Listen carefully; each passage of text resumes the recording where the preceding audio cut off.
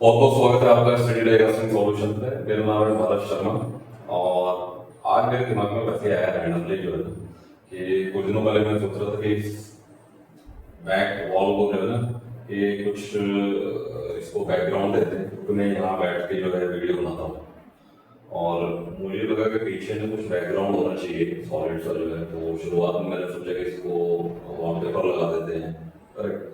तो फिर मैंने सोचा यार वॉलपेपर क्या लगाना है इसके अंदर में, तो मैंने इसको पेंट किया और पेंट करके मेरे दिमाग में आया कि रैंडमली इस पे हम लोग डाइग्रास्टिंग के जो फॉर्मूलाज हैं वो और जो कुछ ग्राफ हैं कुछ इमेज हैं वो ड्रॉ करके इसको नेचुरल जो है बैकग्राउंड बनाते हैं। तो आज हम जो फॉर्मूलेज हैं जर्नल्स, ठीक है, ग्राफ है, वो रैंडमली बात करेंगे और उनको समझेंगे उसके बारे में, ठीक है, और उनको लिखेंगे वहाँ पे रैंडमली।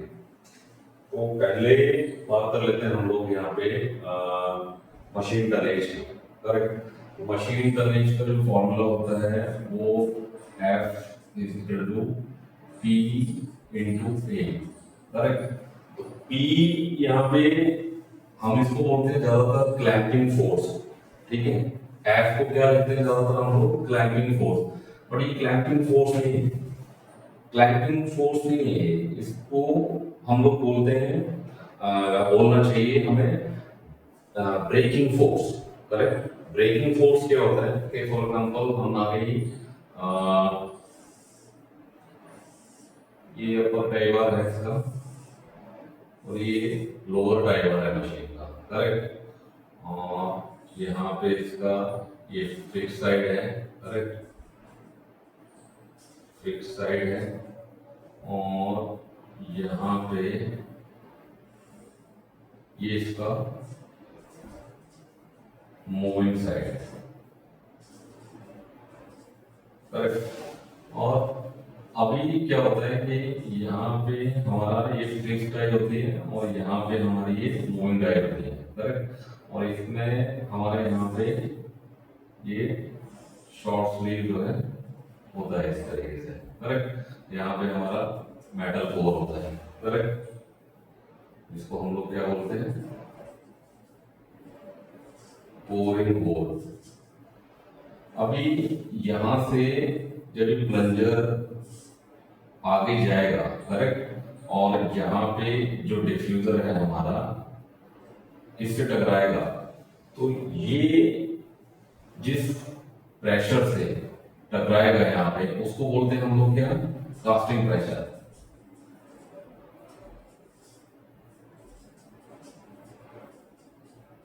ठीक है। ए क्या है हमारा यहाँ पे प्रोजेक्शन एरिया,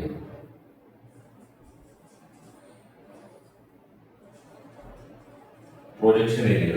तो projection area multiply by casting pressure जो है वो यहाँ पे एक रिएक्टिव फोर्स जो है वो जनरेट करेगा, जिसको हम क्या बोलते हैं ब्रेक थ्रू फोर्स। तो क्लैंपिंग फोर्स नहीं है, हम कभी भी इस फॉर्मूले से क्लैंपिंग फोर्स कैलकुलेट नहीं करते, हम इससे ब्रेकिंग फोर्स जो है वो कैलकुलेट करते हैं। ब्रेकिंग फोर्स मतलब कि कितने फोर्स पे जो है हमारी डाई ओपन हो सकती है। फॉर एग्जांपल नंबर से समझते हैं तो ना, फॉर एग्जांपल हमारा कास्टिंग प्रेशर जो जनरेट होने वाला है, करेक्ट, वो जनरेट होने वाला है हमारा 750 kg पर सेंटीमीटर स्क्वायर।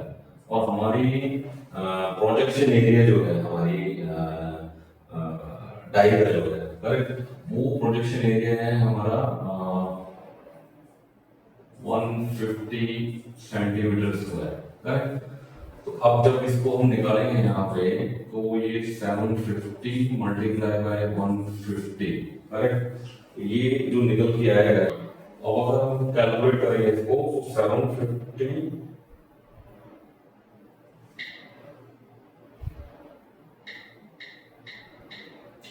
मल्टीप्लाई बाय 150, तो ये आएगा हमारा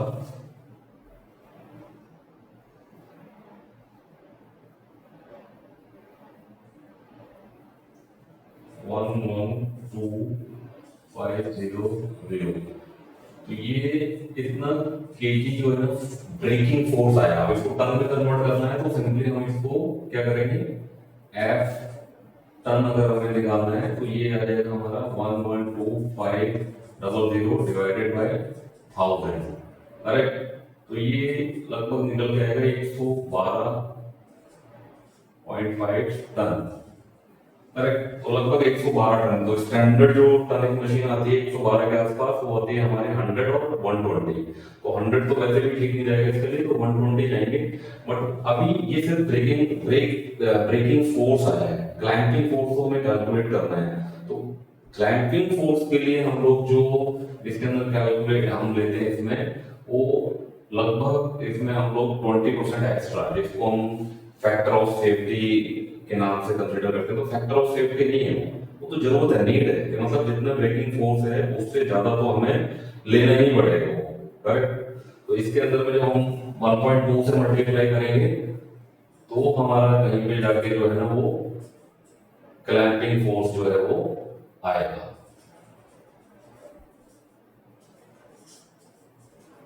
करेक्ट। तो क्लैंपिंग फोर्स और ब्रेकिंग फोर्स में डिफरेंस है। तो कभी भी जब हम इस फॉर्मूले से कैलकुलेट करेंगे तो वो क्लैंपिंग फोर्स नहीं होगा, वो होगा ब्रेकिंग फोर्स। तो उससे 20-25%, 30% जितना वेरिएशन आपके डाई के प्रोजेक्शन एरिया में है, करेक्ट। जैसे एक डाई एक मशीन के ऊपर में आप नंबर ऑफ डाइज जो है वो चलाते हैं, तो उन डाइज के प्रोजेक्शन एरिया के अंदर में जितना डिफरेंस है, जितना वेरिएशन है, करेक्ट। दूसरा, उस मशीन पे चलने वाली डाइज के अंदर में जो रिक्वायर्ड कास्टिंग प्रेशर के अंदर जो वेरिएशन है, तो वो रेंज आपको ये निकालनी पड़ेगी। और वो रेंज के साथ में जितना परसेंट वो रेंज होगी, वही मल्टीप्लाई आपको यहाँ पे ब्रेकिंग फोर्स से जो है वो करना होगा। जैसे कि आप जो है वो वेरिएशन, क्योंकि फॉर एग्जाम्पल आपने 120 टन की ये मशीन परचेज की, तो जरूरी नहीं है आपको कि हर बार मैक्सिमम टनेज की मशीन पे ही लोड पे ही उसको चलाना है। आप उसको अपने अपने अपने ड्राइवर के लोड को एडजस्ट करके, डाई हाइट को एडजस्ट करके कम लोड पे भी उसको यूज कर सकते हैं, करेक्ट। जिससे क्या होगा, एक तो मशीन की लाइफ एक अच्छी मिलेगी, करेक्ट, और पार्ट की क्वालिटी जो है ना वो अच्छी मिलेगी इसके अंदर, करेक्ट। तो ये तो एक होता है कि राइट मेथड आपका, आपने एक पार्ट लिया और उसके हिसाब से आपने कैलकुलेट करना चाहते हो। बट आने वाले जो प्रोजेक्ट, आने वाले जो बिजनेस है, वो आपको नहीं मालूम ना कि उसके अंदर में वेरिएशन कितना आने वाला है, क्योंकि मशीन शॉप फ्लोर के ऊपर आने के बाद में आप हर बार चेंज नहीं करते, करेक्ट। तो ये वेरिएशन जरूर कंसिडर करना चाहिए जब आप क्लैंपिंग फोर्स जो है कैलकुलेट करेंगे, करेक्ट। ओके, तो दूसरा, इसके बाद में हम लोग समझते हैं यहाँ पे cavity fill time, correct. Cavity fill time, तो कैविटी फिल टाइम इस कॉर्नर को हम भर लेते हैं यहाँ पे, cavity fill time. Cavity fill time को हम लोग स्मॉल टी से जो है ज्यादातर डिनोट करते हैं, करेक्ट। और इसका जो फॉर्मूला होता है वो होता है हमारा के multiply by capital T multiply by bracket में हमारा T I minus T F, correct. और यहाँ पे हमारा एस जेड और डिवाइडेड बाय हमारा T F minus T D, correct. तो इसके अंदर में के जो होता है वो हमारा होता है empirical constant,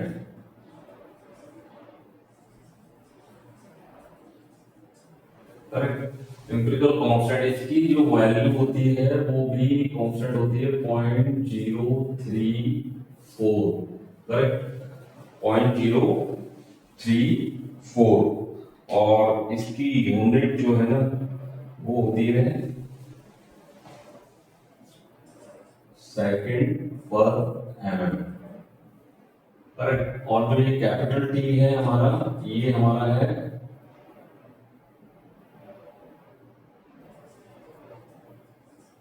average wall thickness, correct. T I जो है हमारा वो है हमारा होल्डिंग फर्नेस के अंदर मेटल का टेम्परेचर। टी एफ जो है वो है हमारा इंजेक्शन मेटल टेम्परेचर। जब हमारा मेटल का टेम्परेचर जब कैविटी के अंदर फिल हो रहा है तो उसको हम टी एफ से डिनोट कर रहे हैं, करेक्ट। और एस जो है वो परसेंटेज ऑफ सॉलिड है। परसेंटेज ऑफ सॉलिड मतलब जब हमारी कैविटी फिल हो रही तो कितना परसेंट जो है मेटल लिक्विड से सॉलिड में कन्वर्ट हो चुका है, करेक्ट। इसके अंदर में जनरली आप ये मान के चलते हैं कि 15 to 20% जो है वो फ्रिक्शन ऑफ सॉलिड जो है इसके अंदर में जनरेट हो चुका होता है। तो इसकी भी जो वैल्यू है, एस की जो वैल्यू है वो भी हम लोग कांस्टेंट कंसीडर लेते हैं। और इस एस की वैल्यू 30% के लिए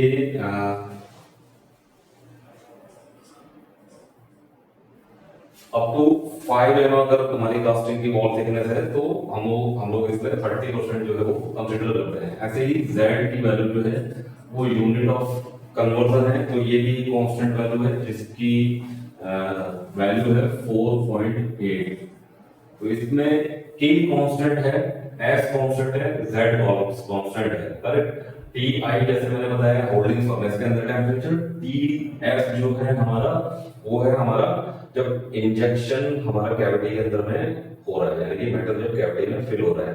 तो ये होल्डिंग फर्नेस से लेस देन 50 to 60 डिग्री जो है वो कम लिया जाता है, क्योंकि हम लोग जब कैविटी फिल हो रही है तो उस समय तो कोई मेजरमेंट है नहीं हमारे डायग्राम के अंदर में कि वो कैविटी के अंदर फिल होते समय मेटल का टेम्परेचर कितना है। तो यहाँ पे इसको 50 to 60 डिग्री जो है वो कम लिख के यहाँ पे हम लोग कैलकुलेट कर सकते हैं। दूसरा टी डी जो है इसके अंदर में वो डाई का टेम्परेचर है। तो इस तरीके से हम लोग कैविटी का फिल टाइम जो है वो कैलकुलेट कर सकते हैं। और ये मैं आपको बता दूं हाई प्रेशर डाई कास्टिंग के लिए जो इसकी रेंज है वो 0.03 से लेके 0.07 तक जो है इसकी 0.07 सेकेंड, करेक्ट। तो वो हाई प्रेशर डाई कास्टिंग के लिए रेंज है, करेक्ट। ओके, अब हम बात कर लेते हैं इसमें दूसरा जो फैक्टर आता है वो आता है फिलिंग रेशियो का, ठीक है। वो भी एक इंटरेस्टिंग टॉपिक है, फिलिंग रेशियो। फिलिंग रेशियो क्या होता है? तो फिलिंग रेशियो को समझने के लिए हम लोग क्या करते हैं, एक शॉर्ट स्लीव बनाते हैं, करेक्ट।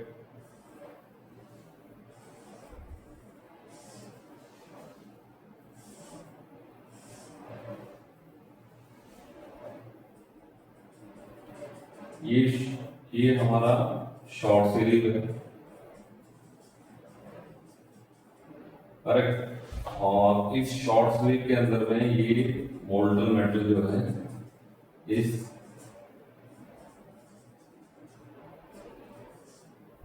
बोरिंग होल से जो है हमने मेटल फिल किया है इसमें, ठीक है। ये दो मैं यूज करता हूँ ताकि ये बीच बीच में बिल्कुल ड्राई ना हो जाए। थोड़ा सा रेड यूज कर लेते हैं इसमें, अरे। तो ये बोरिंग होल है, ये हमारा मोल्टन मेटल है,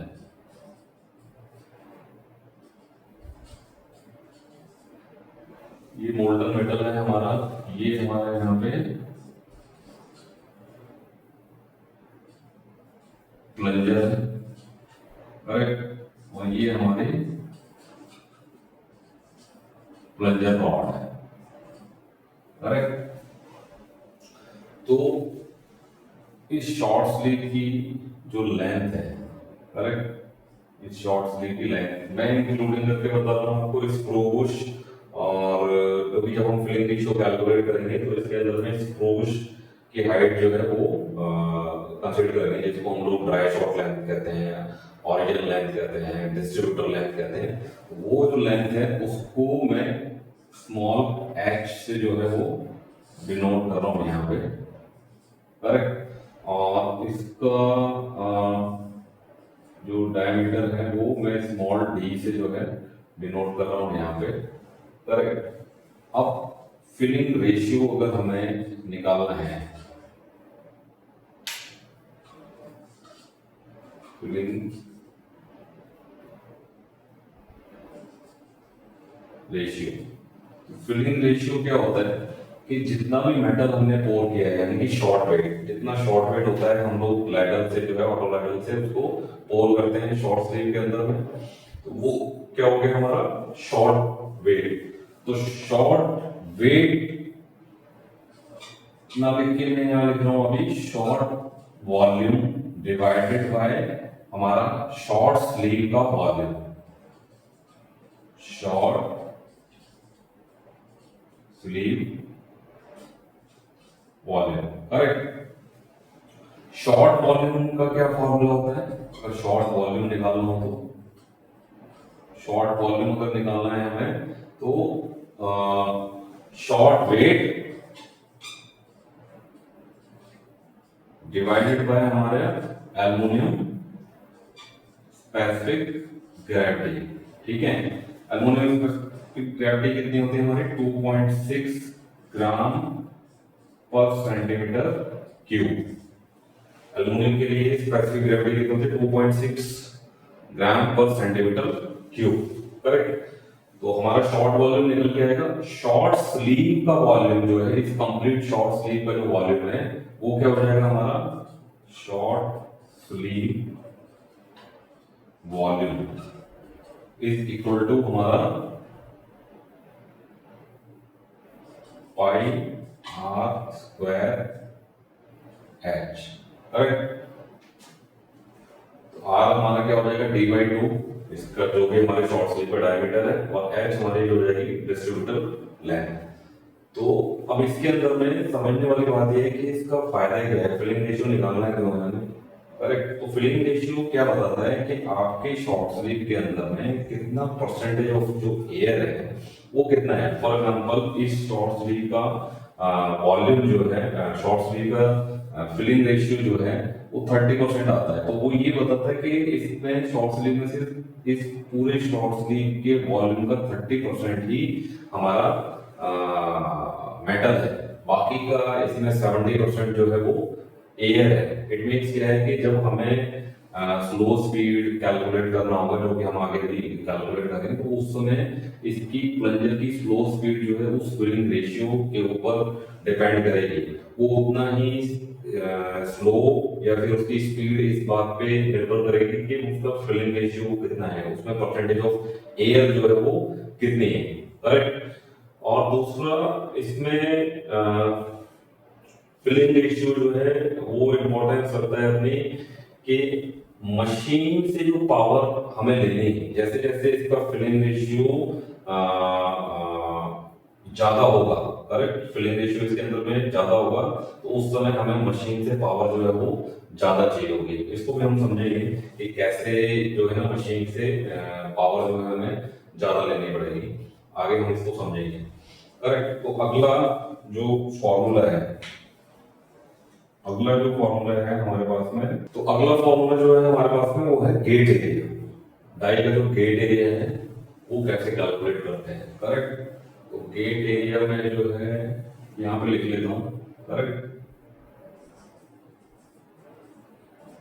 गेट एरिया, गेट एरिया क्या होता है, जिस एरिया के थ्रू कैविटी के अंदर में हमारा मेटल जो है वो फिल होने वाला है, उस एरिया को हम क्या बोल रहे हैं, गेट एरिया, करेक्ट। तो उसकी कैलकुलेशन जो है, कैलकुलेशन मतलब अगर नई डाई बना रहे हैं तो कितना गेट एरिया होना चाहिए, या फिर ट्रबल शूटिंग कर रहे हैं तो हमारा गेट एरिया जो है वो कितना होना चाहिए, ये चेक करने के लिए ये फॉर्मूला है यहाँ पे।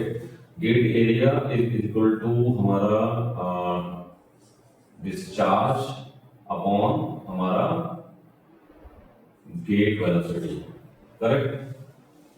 हमारा डिस्चार्ज और हमारा गेट वेलोसिटी, करेक्ट। अच्छा, अब डिस्चार्ज जो है Q, Q is equal to flow rate जो बोलते हैं हम लोग, फ्लो रेट, करेक्ट। और Vg इज इक्वल टू हमारा Vg is equal to gate velocity,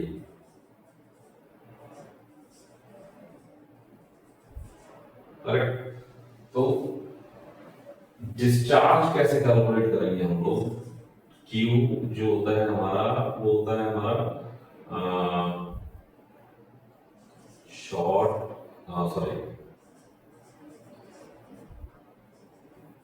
casting plus overflow weight divided by 2.6 ग्राम पर सेंटीमीटर क्यूब, जो कि एल्यूमिनियम की स्पेसिफिक ग्रेविटी है।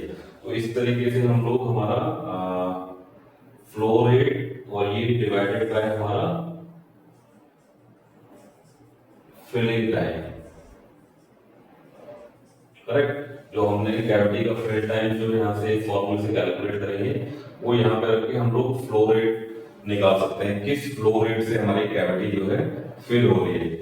ये जब हम निकाल लेंगे उसके बाद में हम लोग इस ट्यूब को यहाँ पुट करेंगे और गेट वेलोसिटी जो है, किस गेट वेलोसिटी से हम लोग कैविटी को फिल कर रहे हैं, करेक्ट, तो उसको निकालने का देखो एक और चूज करने का, एक तो डायरेक्ट हमारे को दिया हुआ है कि भाई आपको अगर इतनी वॉल थिकनेस है तो डायरेक्ट आप चूज कर सकते हैं कि इतना मीटर पर सेकंड आप गेट वेलोसिटी कर सकते हैं, करेक्ट। फॉर एग्जांपल अगर लोअर वॉल थिकनेस की लेस देन 2 mm की वॉल थिकनेस है तो उसमें 60 मीटर पर सेकंड आप कंसीडर कर सकते हैं। अगर आप मोर देन 2 mm की वॉल थिकनेस की कास्टिंग है तो उसके अंदर में आप 35 से 40 मीटर पर सेकंड की जो है वो कैलकुलेट कर सकते हैं। एक दूसरा तरीका भी है, ठीक है, जो बहुत कम लोग जानते हैं, वो मैं आपको बताता हूँ आज कि फॉर एग्जांपल जैसे मैंने ये बताया था आपको, ये जो कास्टिंग प्रेशर है, ठीक है, ये कास्टिंग प्रेशर अगर आपको मालूम है आपकी कास्टिंग के एप्लीकेशन के लिए कितना कास्टिंग प्रेशर जो है वो रिक्वायर्ड रहेगा, correct.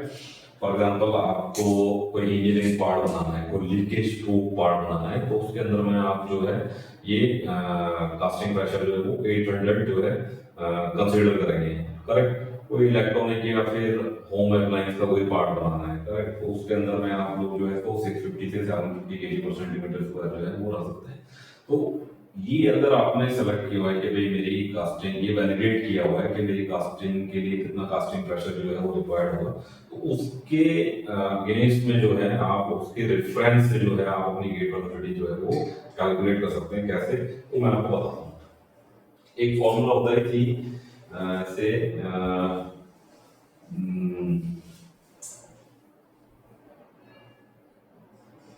P equal to C T into V G square, correct, P equal to C T into V G square, ठीक है। तो P जो है हमारा, P हमारे जो है यहाँ पे आई होप दिखाई दे रहा होगा, नहीं दे रहा है तो मैं ऐसे लिखता हूँ, P इक्वल टू हमारा क्या है,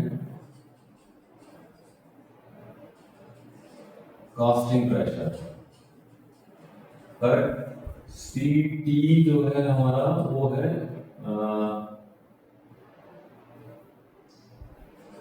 coefficient of runner effectiveness, correct. और वीजी हमें मालूम नहीं है, वो है हमारी gate velocity, correct. For example अब मैं कैलकुलेट करके दिखाता हूं आपको कि P हमें मालूम है कि P हमारा है 750, करेक्ट, और CT की जो वैल्यू है वो कांस्टेंट होती है एल्युमिनियम के लिए 0.5, तो 0.5 में यहाँ पर ले लेता हूँ और मुझे VG जो है वो कैलकुलेट करना है यहाँ के लिए, ताकि मैं अपना गेट एरिया निकाल सकूं। तो VG का whole square 750 divided by 0.5, correct.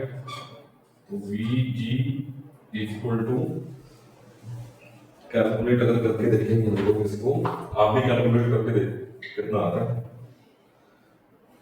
750 divided by 0.5 is equal to 1500, तो अंडर रूट 1500, करेक्ट। इसका अंडर रूट अगर हम करेंगे तो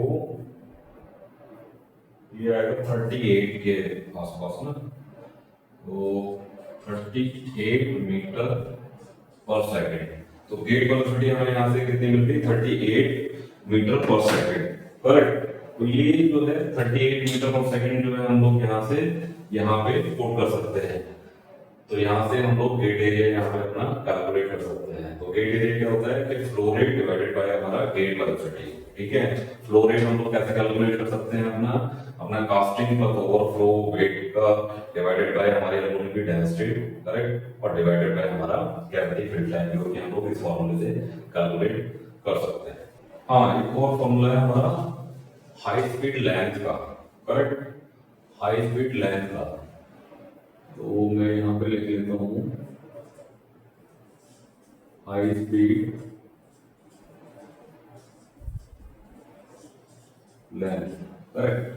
हाई स्पीड लेंथ क्या है, इसको समझने के लिए एक काम करते हैं हम लोग, पहले समझ लेते हैं हाई स्पीड लेंथ क्या है, ठीक है। इसको कहाँ ड्रॉ कर लेते हैं, यहाँ ड्रॉ कर लेते हैं इसको। हमारा जो कैविटी है वो हाई प्रेशर डाई कास्टिंग से 3 फेज में जो है हम लोग फिल करते हैं। फर्स्ट फेज जो होता है वो हमारा स्लो स्पीड फेज होता है। सेकंड फेज जो होता है वो हमारा फास्ट शॉर्ट स्पीड फेज होता है, जिसके अंदर कैविटी जो है फिल होती है 0.03 से लेकर 0.07 सेकंड के अंदर में, करेक्ट। थर्ड फेज के अंदर में जब सॉलिडिफिकेशन हो रहा होता है हमारी कैविटी का, तो उस दौरान जो है इंटेंसिफाइड प्रेशर जो है वो हमारे मशीन से उस बिस्किट के ऊपर में लगाया जाता है, करेक्ट, प्लंजर के थ्रू जो है, ताकि ड्यूरिंग द सॉलिडिफिकेशन जो है वो श्रिंकेज को जो है मिनिमाइज किया जाए, ठीक है। थर्ड फेज क्या है, वो इंटेंसिफाइड प्रेशर फेज या फिर इंटेंसिफिकेशन फेज, करेक्ट। तो फर्स्ट फेज के अंदर में फॉर एग्जांपल हमारा ये है, सेकंड फेज हमारा जो है ये है, और थर्ड फेज हमारा ये है। तो जो हाई स्पीड लेंथ की बात हो रही है, वो हाई स्पीड लेंथ है वो ये, करेक्ट, जिसको हम लोग स्मॉल एल से जो है डिनोट कर लेते हैं। और ये हाई स्पीड लेंथ यानी कि आफ्टर फर्स्ट फेज और बिफोर इंटेंसिफिकेशन जो लेंथ है हमारी, वो लेंथ हमें कैलकुलेट करनी है, जिससे कि हम ये मशीन के अंदर में इनपुट दे पाए कि हमारा हाई स्पीड जो शॉट है वो कहाँ से स्टार्ट होना चाहिए। क्योंकि इस वैल्यू की, इस कैलकुलेशन की जरूरत हमें कहाँ पड़ती है, जब हम लोग अपनी मशीन के अंदर में उसको इनपुट देते हैं कि वो प्लंजर जो है इतने एमएम तक जो है मेटल को जो है वो स्लो स्पीड में लेके जाए, और उसके बाद जो है वो हाई स्पीड शॉट जो है वो लगाए। तो वो एमएम, वो डिस्टेंस जो है वो यहाँ से कैलकुलेट होती है। तो हाई स्पीड लेंथ का जो फॉर्मूला है वो क्या फॉर्मूला है कि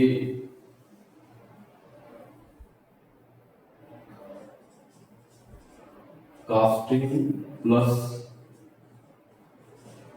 ओवरफ्लो वेट और same divided by aluminium specific gravity divided by हमारा प्लंजर एरिया, करेक्ट। यहां से हमारा क्या है, वो हाई स्पीड लेंथ जो है वो निकाल सकते हैं हम लोग, करेक्ट। इसको समझते हैं हम लोग कि कैसे ये यूटिलाइज। फॉर एग्जांपल इसकी डिस्ट्रीब्यूटर लेंथ जो है मशीन की हमारी वो आती है 400 mm, करेक्ट। तो सबसे पहले क्या होता है कि हम लोग यहाँ पे अपना इंटेंसिफिकेशन लेंथ जो है ना वो निकालते हैं कि कितना इंटेंसिफिकेशन का जो हमारा लिमिट स्विच है, या हमें जो पैनल के अंदर में वैल्यू जो इनपुट करनी है वो कितने एमएम पे जो है ना वो पुट करनी है। फॉर एग्जांपल हमें इंटेंसिफिकेशन बताना है कि कितने एमएम के बाद में इंटेंसिफिकेशन जो है वो स्टार्ट होना चाहिए। तो हमें टोटल 400 एमएम मालूम है। उसके बाद में हम क्या करेंगे, यहाँ पे हम उसके अंदर में अपना बिस्किट का थिकनेस जो है वो मेजर करेंगे। फॉर एग्जांपल हमारा बिस्किट का थिकनेस है 20 mm, करेक्ट। इसमें अब यहाँ पे दो एजम्पशन आते हैं कि हमारे जो इलेक्ट्रिकल डिले है और मैकेनिकल डिले है। इलेक्ट्रिकल डिले, मैकेनिकल डिले क्या है, जो हमारे सोलेनॉइड वॉल्व से होकर सिग्नल जाना है, करेक्ट, उस प्लंजर की मूवमेंट के लिए। और जो मैकेनिकल वाल्व, जो डायरेक्शन कंट्रोल वाल्व हैं जो ऑपरेट होने हैं, वो जो सिग्नल डिले देंगे, उन डिले के लिए हम लोग 10-10 mm जो है वो 10 से 15 mm के करीब जो है हम लोग कंसिडरेशन कर लेते हैं। तो 10-10 mm इनका लेंगे तो 20 mm ये और 20 mm 40 mm के आसपास जो है वो निकल के आता है।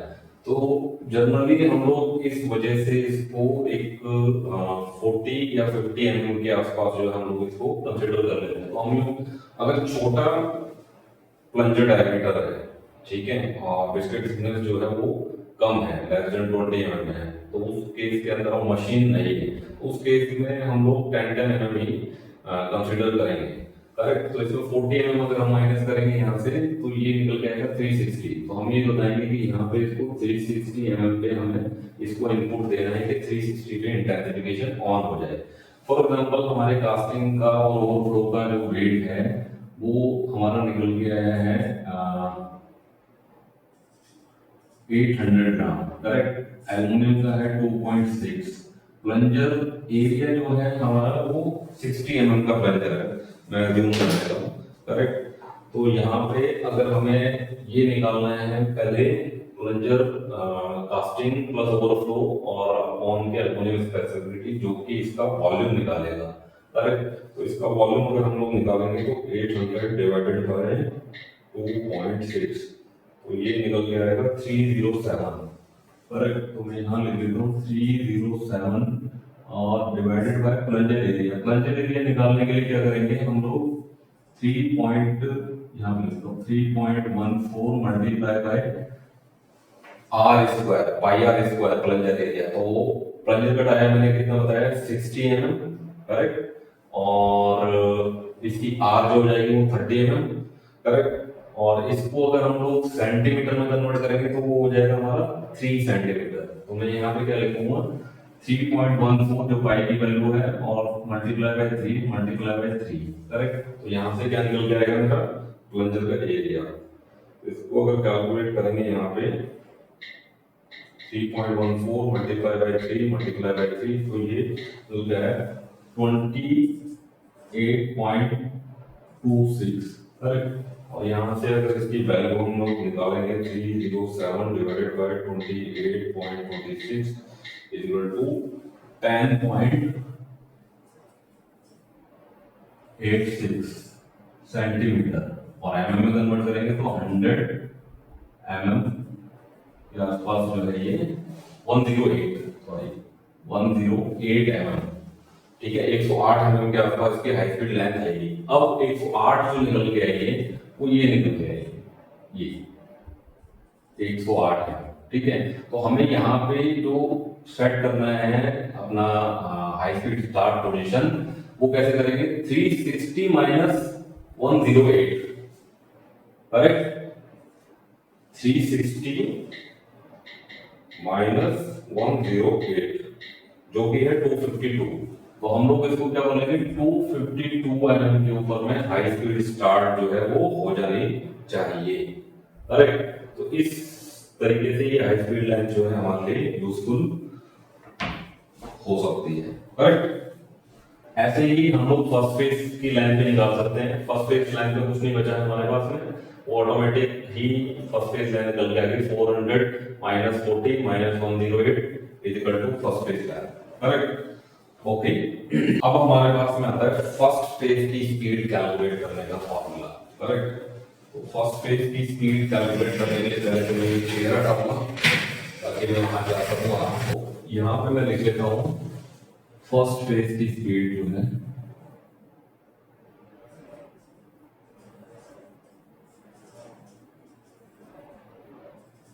फर्स्ट फेज की स्पीड जो है वो हम लोग डिनोट करते हैं v1 से। ठीक है। तो v1 इज इक्वल टू हमारे पास जो फॉर्मूला है वो है 22.8 मल्टीप्लाई बाय हमारा 100 माइनस फिलिंग रेशियो। जैसे मैंने कहा था कि फिलिंग रेशियो का हमारा स्लो स्पीड कैलकुलेट करने में जो यूज होगा, तो यहाँ पे वो यूज हुआ filling ratio. Correct. Divided by हमारा 100 और उसके बाद में हमारा multiply by under root plunger diameter. तो इस तरीके से हम लोग जो है अपनी स्लो स्पीड जो है वो कैलकुलेट कर सकते हैं, और ये जो है ये कांस्टेंट वैल्यू है, करेक्ट। और फिलिंग रेशियो जो है हम लोग यहाँ से कैलकुलेट कर सकते हैं अपना इस तरीके से, करेक्ट। ओके, इसके बाद में निकल के आता है हमारा फास्ट शॉर्ट स्पीड जो है, करेक्ट। फास्ट शॉर्ट स्पीड जो है हम लोग कैसे कैलकुलेट कर सकते हैं, इसमें भी सेम हमारे पास में जो हमने अभी हाई स्पीड लेंथ निकाली है, तो फास्ट शॉर्ट स्पीड का जो फॉर्मूला होता है वो आप लिख सकते हो, fast short speed equal to हमारा हो गया सेम, मैं इसको लिख लेता हूं यहाँ पे, high speed length divided by हमारा फिलिंग टाइम, करेक्ट। तो हाई स्पीड लेंथ का फॉर्मूला यहाँ से देखेंगे हम लोग, तो कास्टिंग प्लस ओवरफ्लो का वेट डिवाइडेड बाय हमारा अल्यूमिनियम की स्पेसिफिक ग्रेविटी, करेक्ट, और डिवाइडेड बाय हमारा प्लंजर एरिया, और डिवाइडेड बाय हमारा फिलिंग टाइम, तो वो निकल के आ जाएगा हमारा फास्ट शॉट की स्पीड, करेक्ट। ओके, इसके बाद में गेट वेलोसिटी जो है, अगर हम लोग देखें यहाँ पे, तो गेट वेलोसिटी का फॉर्मूला जो है रेड पेन यूज करते हैं,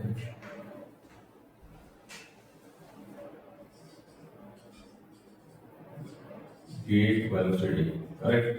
गेट वेलोसिटी एक तो तरीका मैंने बताया था, जब हमें गेट एरिया कैलकुलेट करना है तो गेट वेलोसिटी हम लोग यहाँ से इस तरीके से भी कैलकुलेट कर सकते हैं, या फिर ज्यादातर लोग इसको अजम्पशन बेस जो है वो लेके चलते हैं 40 to 60 मीटर पर सेकंड की रेंज के अंदर में, depending on the wall thickness, casting wall thickness, ठीक है। तो गेट वेलोसिटी का कैलकुलेट करने का विद रिस्पेक्ट टू उसके अंदर वेरिएबल चेंज हो जाएंगे, जो यहाँ वेरिएबल थे उससे डिफरेंस वेरिएबल के साथ में हम लोग गेट वेलोसिटी जो है वो कैलकुलेट कर सकते हैं यहाँ पे। तो गेट वेलोसिटी का फॉर्मूला क्या हो जाएगा यहाँ पे, प्लंजर एरिया अपॉन में हमारा गेट एरिया मल्टीप्लाई बाय हमारा फास्ट शॉट स्पीड, करेक्ट। तो इस फॉर्मूले से भी हम लोग अपनी गेट वेलोसिटी जो है वो कैलकुलेट कर सकते हैं, ठीक है। ओके, तो इसके बाद आता है हमारा इंटेंसिफिकेशन प्रेशर। हमें ये मालूम है कि कास्टिंग प्रेशर हमें कितना चाहिए with respect to their casting application, but हमें इंटेंसिफिकेशन प्रेशर जो है कितना रखना है हमारी मशीन के अंदर में, हमारी डाई के लिए, ठीक है। तो वो वैल्यू जो है हम लोग कैलकुलेट कर सकते हैं यहाँ पे इस फॉर्मूले से,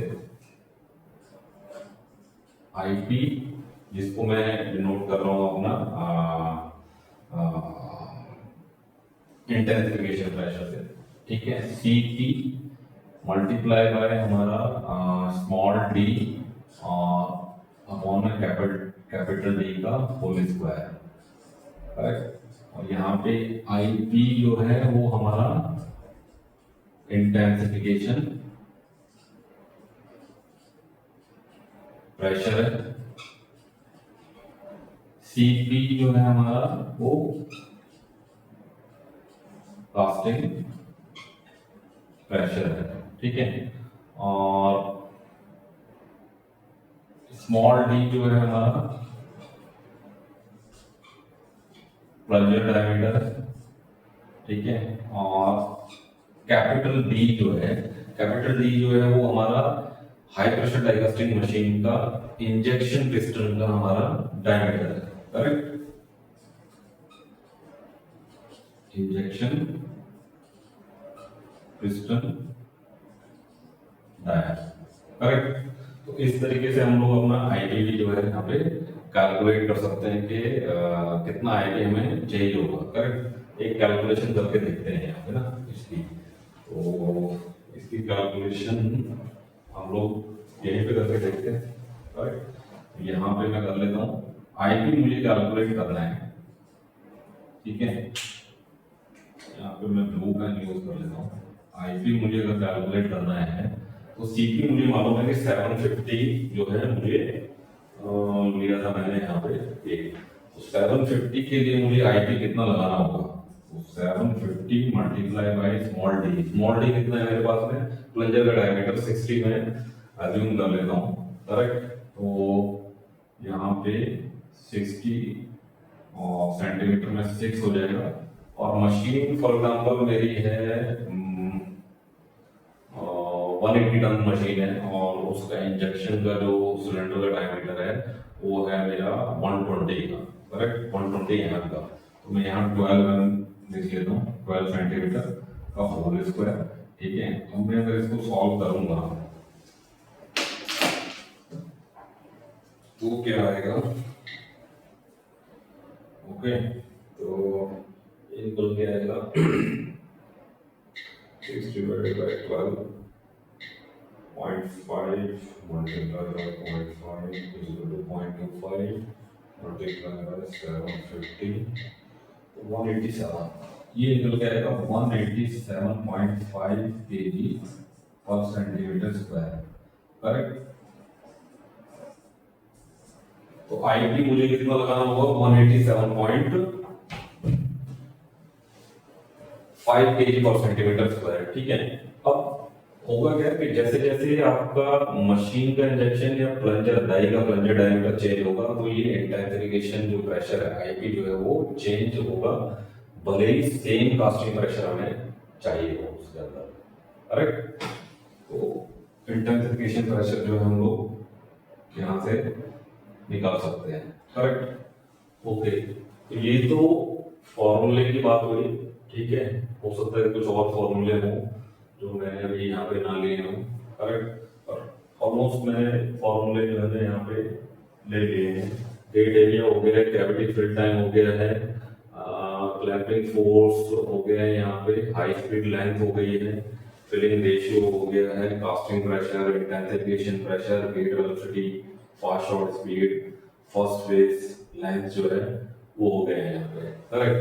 अब एक डायग्राम जो है ना हम लोग देख लेते हैं ताकि मतलब थोड़ा सा अच्छा लुक आए इसके अंदर में ना। एक पी की स्क्वायर जो है ना डायग्राम है, करेक्ट। इसको भी ड्रॉ करते हैं और इसको समझते हैं कि पी की स्क्वायर जो है ना वो क्या बताता है। तो पी की स्क्वायर के अंदर में इस तरीके से एक ही डायग्राम होता है यहाँ पे, करेक्ट। जिसमें आप ये कह सकते हो कि जो इसकी वाई एक्सिस है ये हमें बताते हैं हमारा प्रेशर, और ये जो प्रेशर होता है ना हमारा, ये हमारा कास्टिंग प्रेशर जो है उसको डिनोट करती है। और ये जो है हमारा क्यू जो हमारा फ्लो रेट को जो है वो डिनोट करता है। और इसको जब भी हम लोग लेंगे इसको क्यू स्क्वायर की फॉर्म में लेंगे ताकि ये अपनी जो बर्नौली इक्वेशन है, करेक्ट, पी क्यू स्क्वायर इसीलिए बोलते हैं, पी क्यू डायग्राम नहीं बोलते इसको, पी क्यू स्क्वायर डायग्राम बोलते हैं। क्योंकि जब हम लोग इसको फॉर्मूले की जब ड्रॉ करते हैं इस ग्राफ को एक्चुअल के अंदर में, तो यहाँ पे क्यू की वैल्यू ना लेके हम लोग क्यू स्क्वायर की वैल्यू जो है यहाँ पे कंसिडर करते हैं। इसकी वजह से ये पी और क्यू को जो है बर्नौली इक्वेशन के फॉर्म में जो है वो सेटिस्फाई करता है वहाँ पे, करेक्ट। ओके, तो जब हम इसको ड्रॉ करते हैं तो इसमें एक ये लाइन होती है जिसको हम लोग बोलते हैं यार मशीन लाइन, जिसको हम लोग बोलते हैं मशीन लाइन, जिसको हम लोग बोलते हैं, करेक्ट। उसके बाद में इसमें दो लाइन होती है, एक लाइन जाती है हमारी ये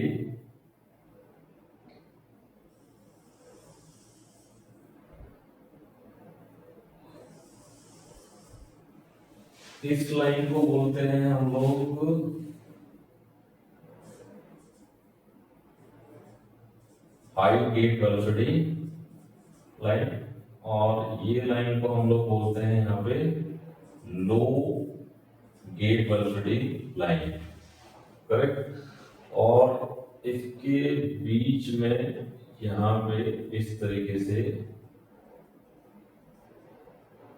ये क्यू मिनिमम यानी कि मिनिमम फ्लो रेट की लाइन जो है यहाँ पे ड्रॉ होती है यहाँ पे, और यहाँ पे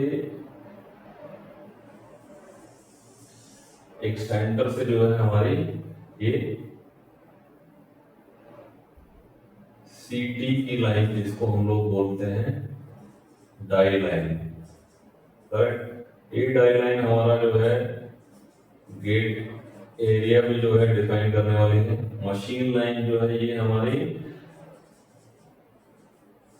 प्लंजर डायमीटर जो है वो वैलिडेट करने वाली है, करेक्ट।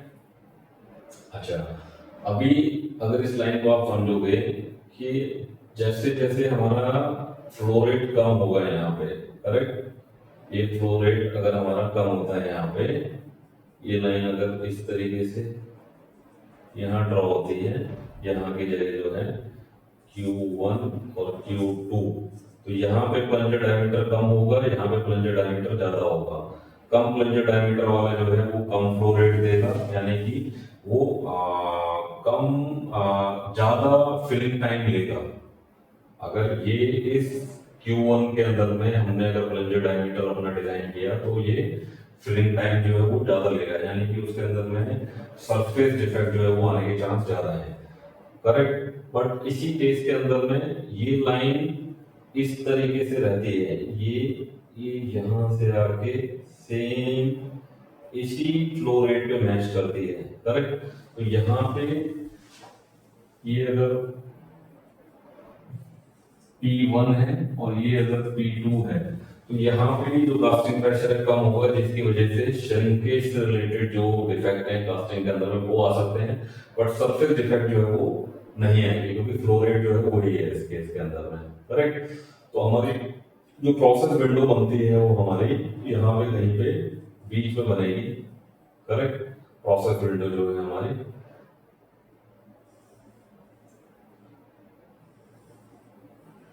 ये हमारी प्रोसेस विंडो बनेगी, और जो ऑपरेटिंग पॉइंट होगा वो हमारा मीन में होगा, ऑपरेटिंग पॉइंट, करेक्ट। इस तरीके से PQ स्क्वायर एनालिसिस का हम लोग यूज करते हैं, जिसमें इन सब Q मिनिमम की और Q मैक्सिमम और P मैक्सिमम और ये गेट एरिया, प्लंजर डायमीटर, ये सब कैलकुलेट करके हम लोग ये ग्राफ जो है वो ड्रॉ करते हैं और अपने ऑपरेटिंग पॉइंट जो है वो आइडेंटिफाई करते हैं। उस ऑपरेटिंग पॉइंट के ऊपर में हम लोग अपने बाकी की ये सारी वैल्यूज जो है वो कैलकुलेट करते हैं मशीन के अंदर। मशीन के पैरामीटर क्या रहने वाले हैं, टाई के पैरामीटर क्या रहने वाले हैं, प्लंजर का डायमीटर क्या रहने वाला है, गेट का एरिया क्या रहने वाला है, वो सब उस ऑपरेटिंग पॉइंट के रेफरेंस से फिर हम लोग कैलकुलेट करते हैं, करेक्ट। तो PQ स्क्वायर क्या बताता है, हमारी कॉम्पेटिबिलिटी बताता है हमारे उसके डाई के अंदर में और हमारे मशीन के अंदर, करेक्ट। ओके, तो लगभग अगर देखें तो पीछे बैकग्राउंड कुछ जनरेट हो रही है, करेक्ट। इसके अलावा हम लोग इसमें और क्या समझ सकते हैं, करेक्ट। हम लोग एक चीज और समझ सकते हैं इसके अंदर में, जिसमें बिस्किट थिकनेस का जो वैलिडेशन है, करेक्ट, वो हम लोग समझ सकते हैं इसमें कि यहाँ पे मैं ड्रॉ कर लेता हूँ इसको, पता नहीं उसमें वीडियो में आ रहा है कि नहीं आ रहा है, ठीक है, कोई बात नहीं, मैं इसको यहाँ पे ले लेता हूँ, करेक्ट। बिस्किट थिकनेस के अंदर में आप ये यहाँ पे ले लेते हैं बिस्किट थिकनेस को, यहाँ समझते हैं ये एरिया खाली है यहाँ पे, ठीक है।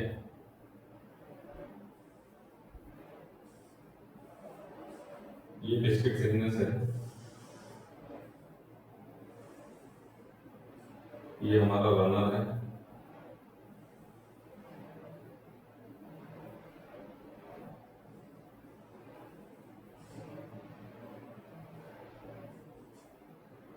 करेक्ट। इसको ये है हमारा ओवरफ्लो, ये है हमारा कास्टिंग, ये है हमारा रनर ये है हमारा बिस्किट,